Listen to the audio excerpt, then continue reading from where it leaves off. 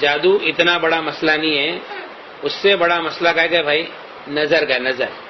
نبی کریم صلی اللہ علیہ وسلم نے فرمایا، حدیث پاک کا مفہوم ہے، اکثر من یموت فی امتی بعد قضاء اللہ وقدرہ بالعین، اللہ تعالیٰ نے قضا اور تقدیر میں جو چیز کا فیصلہ کر لیا ہے اس کے بعد میں میری امت میں سب سے زیادہ موت نظر بد سے ہوگی۔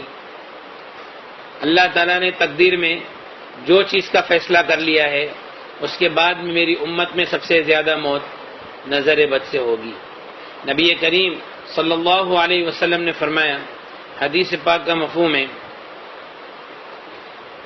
کہ نظر آدمی کو قبر تک اور اونٹ کو ہانڈی تک پہنچا دیتی ہے۔ نبی کریم صلی اللہ علیہ وسلم نے فرمایا، حدیث پاک کا مفہوم ہے، نظر آدمی کو پہاڑ سے دھکا دے دیتی ہے۔ اکثر بائک پہ جو گرتے ہیں نا سب لوگ، وہ یہی ہے، نظر آدمی کو پہاڑ سے دھکا دے دیتی ہے۔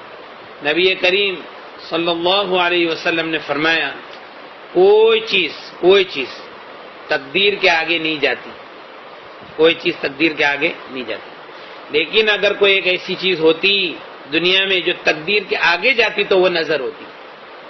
سمجھ میں؟ یعنی نظر کو، یعنی تقدیر کے آگے ایکسس ہوتا کسی کو تو کون ہوتا؟ نظر۔ نبی کریم صلی اللہ علیہ وسلم نے فرمایا، حدیث پاک کا مفہوم ہے، العین حق، نظر بد حق ہے، یحضرها الشیاطین وحسد بنی آدم، شیاطین اس کو حاضر کرتے ہیں اور بنی آدم کے حسد کی وجہ سے ہوتا ہے۔ نبی کریم صلی اللہ علیہ وسلم نے فرمایا، استعیذوا باللہ من العین فإن العین حق، نظر بد سے اللہ کی پناہ مانگو کیونکہ نظر بد حق ہے۔ نبی کریم صلی اللہ علیہ وسلم نے فرمایا، حدیثوں کے مفہوم سے یہ پتہ چلتا ہے، بعض نظر آدمی کو قتل کر دیتی ہے، بعض نظر آدمی کو قتل کر دیتی ہے۔ ایک مرتبہ نبی کریم صلی اللہ علیہ وسلم کے زمانے میں ایک صحابی تھے، سہل بن حنیف رضی اللہ تعالیٰ، کرتا اتار کر بیٹھے تھے، تو دوسرے ایک صحابی تھے عامر ابن ربیعہ رضی اللہ تعالیٰ، انہوں نے ان کو دیکھا اور یوں کہا کہ اتنا خوبصورت جسم تو میں نے کسی کنواری لڑکی کا بھی نہیں دیکھا۔ تو تھوڑی دیر میں ان کو بخار چڑھ گیا، تڑپنے لگے، صحابہ اٹھا کر نبی کریم صلی اللہ علیہ وسلم کے پاس لے کر گئے۔ اللہ کے رسول صلی اللہ علیہ وسلم نے پوچھا، مفہوم ہے حدیث کا، کہ تمہارا جسم دیکھ کر کسی نے کچھ کہا تھا؟ میں کہ ہاں۔ کہ کون ہے وہ؟ کہا کہ عامر ابن ربیعہ رضی اللہ عنہ۔ میں کہ ان کو بلا کے لاؤ۔ جب وہ آئے تو اللہ کے رسول صلی اللہ علیہ وسلم نے پہلا جملہ یہ فرمایا، علامہ یقتل احدکم اخاہ، تم میں سے کوئی کیوں اپنی نظر کے ذریعے سے اپنے بھائی کو قتل کرتا ہے؟ جب تم نے ان کو دیکھا تو تم نے ان کو برکت کی دعا کیوں نہیں دی؟ ماشاءاللہ کیوں نہیں کہا؟ بارک اللہ کیوں نہیں کہا کہ اللہ تعالیٰ آپ کو اور برکت دے؟ آج یہ سب سے بڑا مسئلہ جو ہے نا، ایک تو ہم نے ہمارے اندر سلام کو کمتی کر دیا، سلام ہمارے اندر کم دیا، السلام علیکم ورحمۃ اللہ وبرکاتہ، یہ کمتی ہو گیا۔ اس لیے نبی کریم صلی اللہ علیہ وسلم نے فرمایا کہ لا يدخل الجنت حتى تؤمنوا ولن تؤمنوا حتى تحابوا، جنت میں تم ہرگز داخل ہو نہیں سکتے جب تک کہ تم ایمان والے نہ ہو جاؤ، تم ایمان والے ہو نہیں سکتے جب تک کہ تمہارے آپس میں محبت نہ پیدا ہو جاوے، اور میں تم کو ایسی چیز نہ بتاؤں کہ تمہارے درمیان میں محبت کو پیدا کر دے، افشوا السلام بینکم، آپس میں سلام کا رواج ڈالو۔ اچھا، وہ صحابی جو تھے عامر ابن ربیعہ رضی اللہ تعالیٰ، بدری صحابی تھے، نبی کریم صلی اللہ علیہ وسلم کے صحبت یافتہ تھے، ان کے دل بہت صاف تھے۔ صحابہ کے بارے میں ہمارا عقیدہ اہل سنت والجماعت کا یہ ہے کہ الصحابۃ کلھم عدول، کہ صحابہ کے اندر تمام کے اندر عدالت تھی، اور ساری دنیا کے اولیاء کرام ایک ادنا صحابی کا درجہ نہیں لے سکتے، یہ ہمارا عقیدہ ہے۔ لیکن انہوں نے جب یہ کہا تو کوئی حسد نہیں تھا ان کے دل میں، لیکن یہ تعجب کی نگاہ سے جب انہوں نے کہا تو شیطان نے فوراً اس کے اوپر حملہ کر دیا، وہ صحابی کے اوپر، اور وہ چیز نظر کے اندر مبتلا ہو گئی۔ علاج یہ کیا نبی کریم صلی اللہ علیہ وسلم نے کہ وہ عامر ابن ربیعہ رضی اللہ عنہ کو بلایا اور ان کو وضو کرایا، وضو کا پانی ایک برتن کے اندر جمع کیا اور وہ پانی کو سہل بن حنیف کی پیٹھ کے اوپر بہایا، تو اس سے ان کی نظر ٹوٹ گئی۔ لیکن یہ علاج کب ہے؟ جبکہ نظر لگانے والے کا پتہ ہو۔ یہ علاج کب ہے؟ نظر لگانے والے کا پتہ ہو تب ہے۔ اگر پتہ نہیں ہے، بہت لوگوں کی نظریں لگی ہوئی ہے، تو اس کا پھر علاج یہ ہے کہ ایک آدھی بالٹی پانی لینا ہے، آدھی بالٹی پانی میں دونوں ہاتھ ڈبا کر باتھ روم کے باہر آدھی بالٹی پانی میں دونوں ہاتھ ڈبا کر درود شریف 7 مرتبہ، سورہ فاتحہ 7 مرتبہ، آیت الکرسی 7 مرتبہ اور چاروں کل 7 مرتبہ، اور پھر سے درود شریف 7 مرتبہ، یہ سب چیزوں کو 7 بار پڑھنا ہے، اور وہ پانی کے اوپر دم نہیں کرنا ہے اور اس پانی سے نہانا ہے۔ ایک بار نہاوے، شروع میں جس کے اوپر نظر کا زیادہ دخل ہو تو کم سے کم 21 دن تک نہاوے ہو، اور پھر اس کے بعد میں طبیعت اچھی ہو گئی، اب کچھ مسئلہ لگتا نہیں ہے تو کم سے کم ہفتے میں 1 مرتبہ نظر کا غسل کر ہی لے دے۔ نظر کا غسل ہر ایک کو ضروری ہے، کیونکہ ہر ایک کو نظر لگتی ہے، اور یہ دور کے اندر کوئی ماشاءاللہ نہیں کہتا ہے، کوئی بارک اللہ نہیں کہتا ہے، کوئی کسی کو برکت کی دعا نہیں کہتا۔ اگر کوئی کسی کو بولے گا نا کہ میرا یہ کام ہو گیا تو بولے ہاں ویری گڈ یار، بہت اچھا، لیکن کوئی ماشاءاللہ اور بارک اللہ نہیں بولے گا، ہے نا۔ اور ایک سب سے بڑا مسئلہ نظر لگنے کا یہ ہے، نظر لگتی کیوں ہے؟ دیکھو، ہم کیا سوچتے ہیں کہ کوئی آدمی کو اگر ہم ہمارے کاروبار کے راز بتائیں گے یا اپنی نعمت کا تذکرہ کریں گے تو کیا فرق پڑتا ہے؟ اپنے جیب سے لے کے جائے گا، بولے پیشانی سے تو نہیں لے کے جائے گا، نصیب سے تو نہیں لے کے جائے گا۔ لیکن نبی کریم صلی اللہ علیہ وسلم کی ایک حدیث سنا دو، اس کے پہلے ایک آیت ہے قرآن پاک میں۔ یعقوب علیہ السلام کے 10 بیٹے تھے، وہ لوگ مصر جا رہے تھے یوسف علیہ السلام کے پاس، تو چونکہ پہلے مصر جا چکے تھے، اب دوسری مرتبہ جانے والے تھے، تو پہلے ان کا اکرام ہوا تھا اور دوسری مرتبہ اب پھر اور اکرام ہونے والا تھا۔ یعقوب علیہ السلام نے کہا یا بنی، اے میرے بیٹو، لا تدخلوا من باب واحد، ایک دروازے سے مت داخل ہونا، مصر کے الگ الگ دروازوں سے داخل ہونا۔ تمام مفسرین کا اتفاق ہے کہ یعقوب علیہ السلام کے ذہن میں یہ بات تھی کہ یہ سب کے سب ایک دروازے سے داخل ہوں گے، ہو سکتا ہے کہ ان کو کدھر نظر نہیں لگ جائے۔ نبی کریم صلی اللہ علیہ وسلم نے فرمایا استعینوا علی انجاح الحوائج بالسر والکتمان، اپنی نعمتوں کو راز میں رکھنے سے مدد حاصل کرو، اپنے کاموں کو اس کے انجام تک پہنچانے میں۔ پروجیکٹ چالو کیے، ابھی بول رہے کہ بھائی یہ ہو گیا، ایسا ہو گیا، ویسا ہو گیا۔ میں نے کنٹینر منگایا، 4 کنٹینر منگایا، رن وے کے اوپر ہی مال بیچ دیا نا، جہاز کے اندر ہی مال بیچ دیا نا، میں نے ایسا کر ڈالا، میں نے ویسا کر ڈالا، ڈبل پیسہ کر ڈالا۔ تو یہ سب باتیں جو ہے نا، آدمی ہوشیاری مارتا نا، ہوشیاری مارنے کا جو جذبہ ہے، تو اس کو کنٹرول میں رکھیں۔ نبی کریم صلی اللہ علیہ وسلم نے فرمایا استعینوا علی انجاح الحوائج بالسر والکتمان، اپنے کاموں کو اس کے انجام تک پہنچانے میں، راز میں رکھنے سے اور چھپانے سے مدد حاصل کرو۔ کیوں بھائی؟ فإن كل ذی نعمت محسود، کیونکہ ہر نعمت والے وہ حسد کے شکار ہے، اور ہر نعمت والوں کے ساتھ میں حسد کرنے والے لوگ آس پاس میں رہتے ہی ہے۔ سمجھ میں آیا؟ اس لیے اپنی نعمتوں کو جتنا ہو سکے راز میں رکھیں۔ بلکہ ہمارا ایک دوست کہتا ہے کہ دعا کے لیے بھی کسی کو نہیں بولے، وہ دعا تو کرے گا نہیں، الٹا نظر لگ جائے گی۔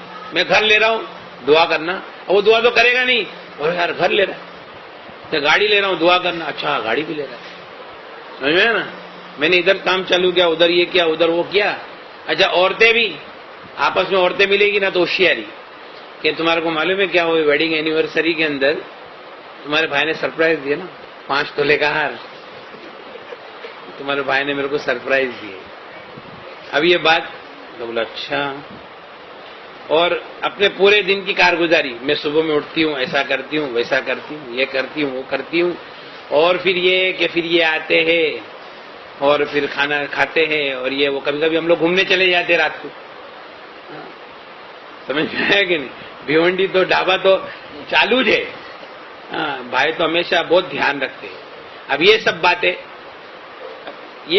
سے اب جو دوسری جو عورت بات سن رہی ہے وہ کیا سوچتی ہے کہ ایسا، اچھا ایسا، تو یہ اچھا کوئی ماشاءاللہ بارک اللہ بولتا نہیں۔ اب اس میں کیا ہوا؟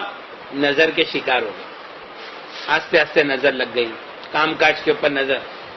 سب سے زیادہ تکلیف پہنچانے والی چیز نظر ہے، سب سے زیادہ۔ اور جتنے عاملین ہیں سب کیا بولتے ہیں؟ کچھ نہیں ہے، خالی نظر ہے۔ کیا ہے؟ ارے بھائی وہی تو بریلی نظر ہے، خالی نہیں ہے، وہ بریلی نظر ہے۔ نظر جادو کو بھی دعوت دیتا ہے، جنات کو بھی دعوت دیتا ہے۔ نظر لگانے کے اندر اپن ذریعہ کون بنے؟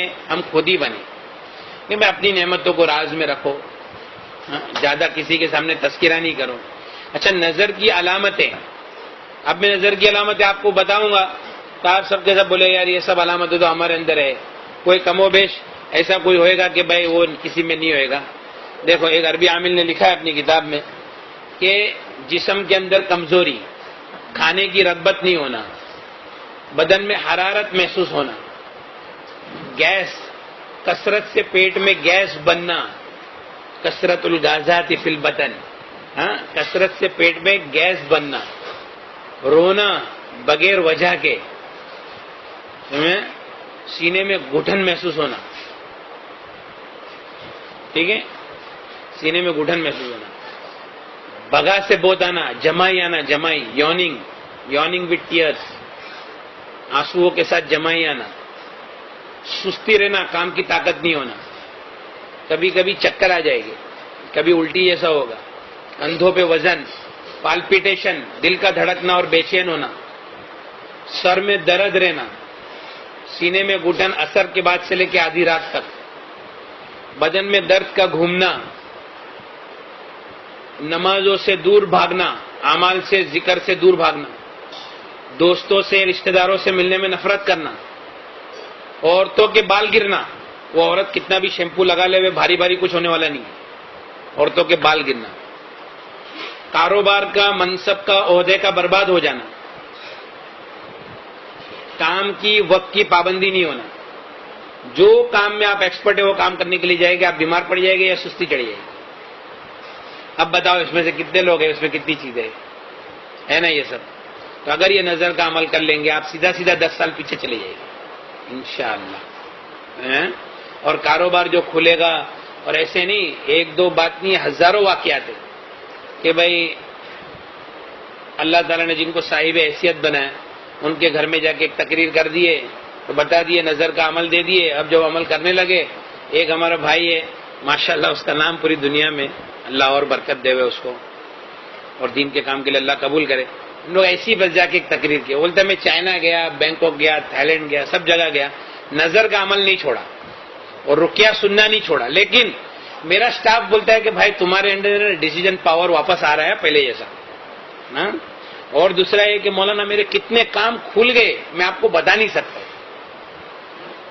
تو یہ اصل بنیاد ہے، اصل بنیاد جو ہے نا وہ نظر ہے، نظر اور اس کا طریقہ۔ ایک اور بڑا مسئلہ ہمارے ساتھ میں یہ ہے کہ ہم کو ہماری بھی نظر لگ جاتی ہے، سمجھ میں نا، میں نے یہ کیا، اب میں نے ایسا کر ڈالا ہوں، اب تو وانداد نہیں ہے، اب اپنا کوئی کچھ کر ہی نہیں سکتا ہے۔ تو جو میرا مسئلہ ہے نا عجب والا، وہ بھی ایک بہت بڑا مسئلہ ہے، آئینے میں دیکھے اور دعا ہی نہیں پڑے۔ ایک ہمارا بھائی ہے، اچھا ایک بات دھیان رکھو، بڑی بڑی بیماری جو دنیا کے اندر ہوتی ہے نا، صرف جادو جنات و نظر کی وجہ سے، ہارٹ کی تکلیف صرف نظر کی وجہ سے، اور ڈائبٹیز صرف نظر کی وجہ سے، ڈائبٹیز 5% ہے دنیا کے اندر، اور جو جتنے دوسرے ہیں نا وہ خالی نظر کے شکار۔ اس لیے جو لوگوں نے قرآن سے اپنا علاج کیا ہے وہ لوگ میرے کو بولتے ہیں کہ مولانا بھی ڈائبٹیز کی گولی کھانے کی ضرورت نہیں پڑتی۔ ہاں، پر دماغ میں کیا بیٹھا ہوا ہے کہ ڈائبٹیز کا علاج نہیں ہے، بولا علاج تو نہیں ہے لیکن کیا ہے کہ اب ضرورت بھی نہیں پڑتی، تو علاج ہو ہی گیا نا بھائی آٹومیٹک، برابر ہے کہ نہیں۔ اور ہارٹ، ہمارا ایک بھائی ہے تو 1-1.5 مہینے کے بعد میں اس کا آپریشن تھا ہارٹ کا، تو 90% 80% نسیں بلاک تھی، قرآن سنا 1 مہینے کے بعد جب علاج کے لیے گیا تو 30-40 پہ آ گیا بلاکیج۔ بولے بھائی تم تو جو دوا کر رہے وہی دوا کرو، تو تمہارا تو معاملہ ایسے ہی ختم ہو گیا۔